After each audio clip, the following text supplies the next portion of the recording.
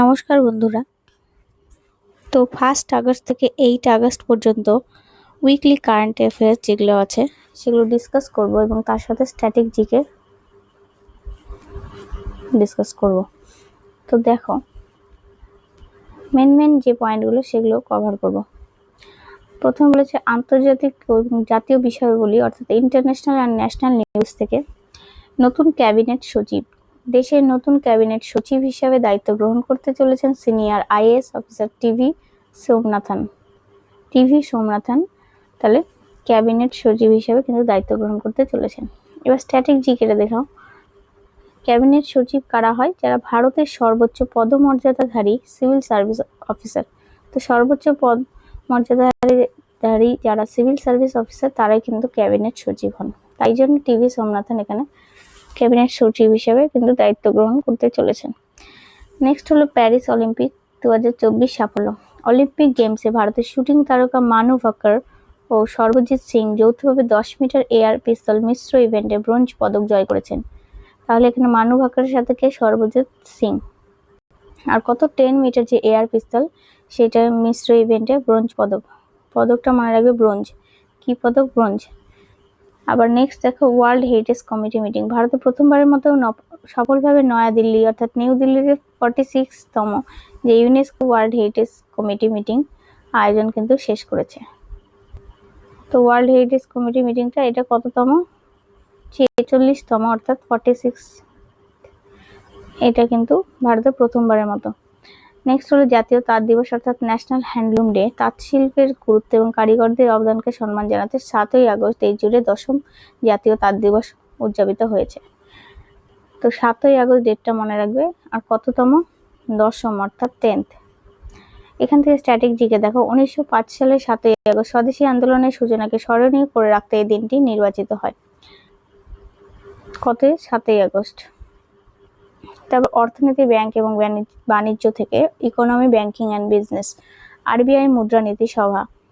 Reserve bank of India যেটা 9বার কি হয়েছে, তাদের রেপো রেট 6.50% অপরিবর্তিত রাখার সিদ্ধান্ত নিয়েছে। আরবিআই যতবারই ডিসকাস করে ততবারই এই স্ট্যাটিক জিকেটা ডিসকাস করা হয় যে 1 এপ্রিল 1935 সালে আরবিআই প্রতিষ্ঠা হয় এবং সদর দপ্তর হলো মুম্বাই। আর বর্তমান গভর্নর শক্তিকান্ত দাস। আশা করি এই জিনিসটা সবার অলরেডি মুখস্থ হয়ে গেছে। নেক্সট হলো ইউপিআই ইনোভেশন এবং সীমা বৃদ্ধি। ট্যাক্স পেমেন্ট এবং অন্যান্য নির্দিষ্ট পেমেন্টের ক্ষেত্রে ইউপিআই লেনদেনের সীমা বাড়িয়ে 5 লক্ষ টাকা করা হয়েছে। কত করেছে ইউপিআই লেনদেনের সীমা? 5 লক্ষ টাকা। ভারতের বৈদেশিক মুদ্রা ভান্ডার। ভারতের ফরেন এক্সচেঞ্জ রিজার্ভ যেটা বেড়ে নতুন রেকর্ড 670 বিলিয়ন মার্কিন ডলার অতিক্রম করেছে। তো বৈদেশিক মুদ্রা ভান্ডারটা কিন্তু রেকর্ড করেছে।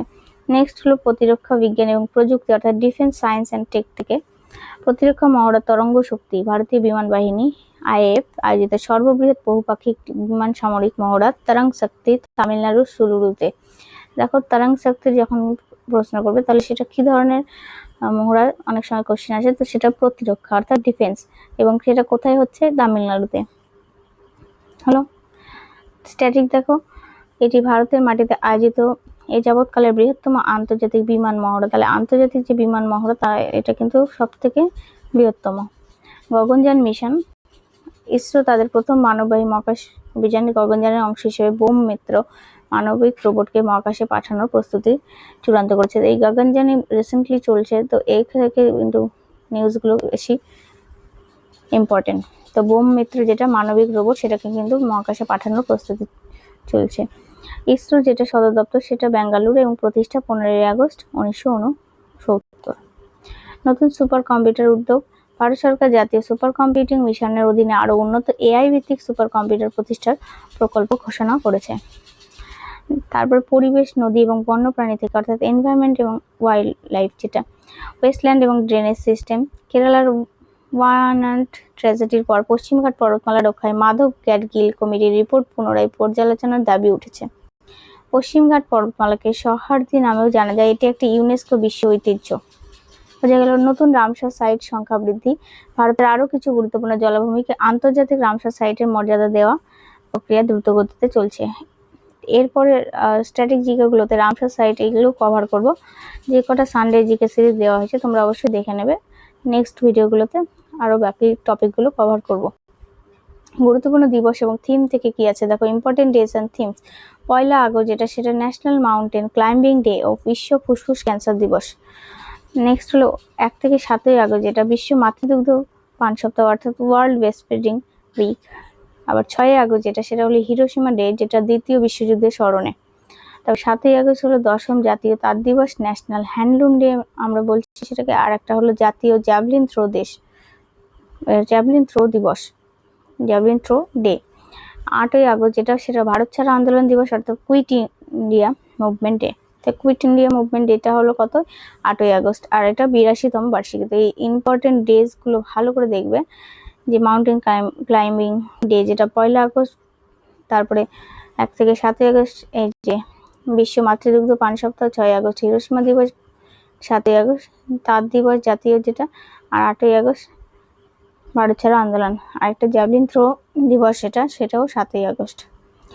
তো স্ট্যাটিক দেখো, 1942 সালে 8 আগস্ট মহাত্মা গান্ধী কারো অথবা মারা অর্থাৎ ডু অর ডাই ডাক দিয়েছিলেন কত, 1942 সালে 8 আগস্ট।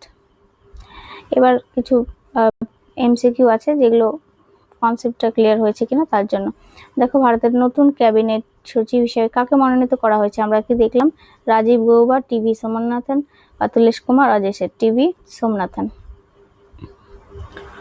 উইকলি কারেন্ট অ্যাফেয়ার্সটা একটা সুবিধা যে ইম্পর্টেন্ট নিউজগুলো একটু রিভিশন করলে হয়ে যায়। ডেইলি অনেকের সময় হয় না, অনেকটা ব্যস্ত জীবনে, তাই জন্য উইকলিগুলো কভার করা। প্রতি বছর ভারতে কোন দিনে জাতীয় তাঁত দিবস অর্থাৎ ন্যাশনাল হ্যান্ডলুম ডে পালিত হয়, 5 আগস্ট, 6 আগস্ট, 7 আগস্ট, 8 আগস্ট। আমরা দেখলাম কত, 7 আগস্ট, তাই না? তার সাথে জাতীয় javelin throw day.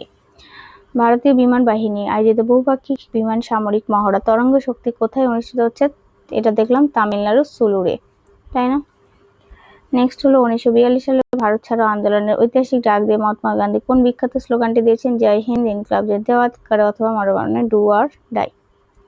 Paris Olympic 2024-এ মানু ভাকর ও সর্বজিৎ সিং 10 মিটার এয়ার পিস্তলে কোন পদক জয় করেছেন, সোনা, রূপো, ব্রোঞ্জ, চতুর্থ স্থান নয়, ব্রোঞ্জ। তারপর হলো reserve bank of India RBI August 2024 এর পর্যালোচনায় তাদের মূল রেপো রেট কত নির্ধারণ করেছে, 6.50%। ইসরোর সদর দপ্তর ভারতের কোন শহরে অবস্থিত, এটা আমরা জানি বেঙ্গালুরুতে। 6 আগস্ট বিশ্বজুড়ে কোন ঐতিহাসিক ঘটনার স্মরণে দিবসটি পালিত হয়, হিরোশিমা দিবস। ট্যাক্স পেমেন্টের ক্ষেত্রে নতুন নিয়ম অনুযায়ী এনপিসিআই কত টাকা পর্যন্ত ইউপিআই লেনদেনের সীমা বাড়িয়েছে, এখানে হলো 5 লক্ষ টাকা। পশ্চিমঘাট পর্বতমালা ভারতের কোন বিকল্প নামে সৌহার্দী নামে ব্যাপকভাবে পরিচিত।